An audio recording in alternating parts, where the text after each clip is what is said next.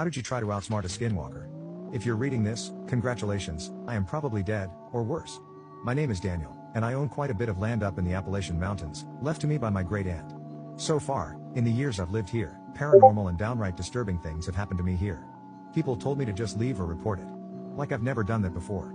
To them I'm just the young guy that went crazy a little too early. It bothers me that normal people have no idea what goes on up here. All alone. My first encounter with them, I didn't know how to deal with them. Heck, I didn't even know what they were called until recently. It's important, or at least it's important to me, that some of the tricks I've learned throughout the 3 years I've lived up here could be of use to somebody. My second or maybe third time I was stalked by a skinwalker, it felt like I was walking in circles.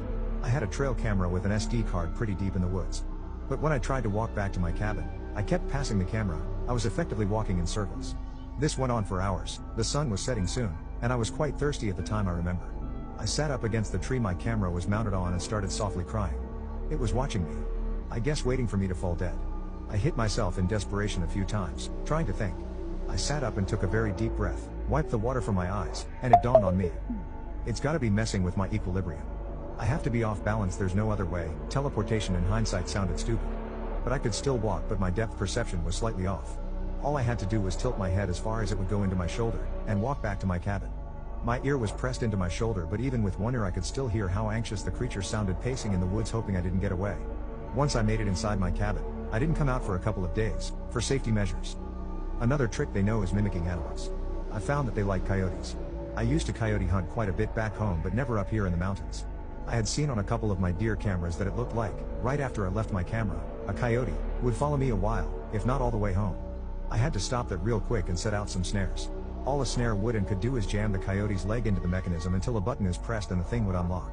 I set out a couple of them, but also rubbed white ash on all of the traps, and sure enough, the next time I start walking back from my camera, I hear the sound of one go off. I quickly ran back to where I had laid the traps, gun drawn, and all that was left was the trap in 3 separate bent up pieces and the subtle scent of burning hair in the air. Every time I checked the camera after that, a coyote with a nasty burn scar on its leg would stop where the camera was mounted and turn around and walk back into the brush. And lastly, do not engage in any type of combat with them. Warding them off is one thing, but actively hunting them is a mistake. I wish I would have known that sooner. I had 2 friends back in town I used to tell my stories to.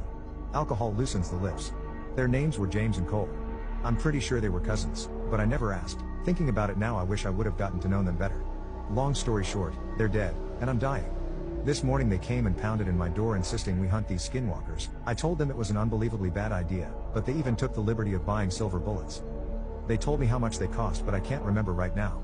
I finally caved and we prepared all day. We first started making a large amount of white ash, cleaning our guns, heck, they even packed MREs and special high-dollar spotlights. We set off right as the sun went down. We weren't 3 hours in when disaster struck. We're all sitting around a tree. I could tell these skinwalkers were watching us. They're all around us. Multiple. I'm frantically scanning everything with my spotlight, not even realizing Cole wasn't with us anymore. I asked James where he was, but he didn't seem nervous at all and told me he may have had to pee. I turned back to face my front and there I see Cole. He's a good distance out, but something wasn't right. He was contorting in ways a human could never. I started to turn around to ask James what we should do, but halfway around, I heard James' guttural sounding breathing, like his lungs were filling with blood. I couldn't stand to be there anymore and booked it back to the cabin.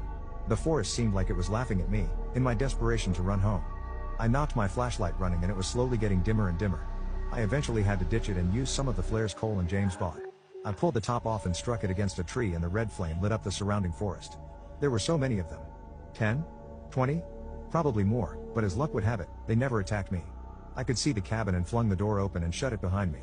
I ran for the upstairs bedroom and quickly got into the old wooden closet, where I am typing this. I don't hear them, but they're outside my house. Unfortunately, I did end up getting clawed, or maybe bitten. It's not a double wound, but it's bleeding black. If you can send help, please do. I really need it this time.